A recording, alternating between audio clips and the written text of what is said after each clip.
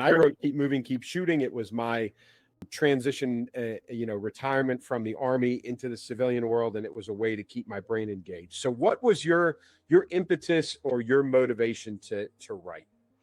Yeah, great question. And yeah, it's not necessarily a kids book series. It's very similar to the Harry Potter series, but the complete opposite of Harry Potter, if that makes sense. Meaning, where Harry Potter was designed to introduce black magic, witchcraft to the hearts and minds of children, Britfield is the complete opposite of that. It's anchored in current time. We don't use any heightened fantasy, demigods, superheroes, none of it. They're very, very authentic books, and the main characters that start in book 1 at 12, by the end of the series, book 7 will be 18. And real quick, our youngest reader is 7, our oldest reader is 93, and 55% of our global audience are adults. So it really is a fast-paced, high-octane. But what the quote you were mentioning was, it was great. It was, I think it was from the Epic Times, and it said it's a combination of C.S. Lewis and Dan Brown. I thought that's pretty cool.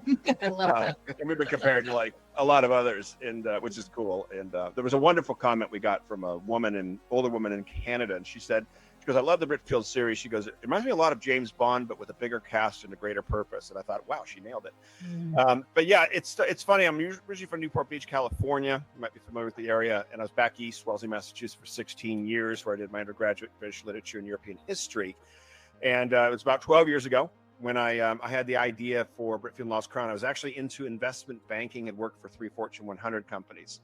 And it really obviously was just not a good fit for me. I don't think it's a good fit for most people.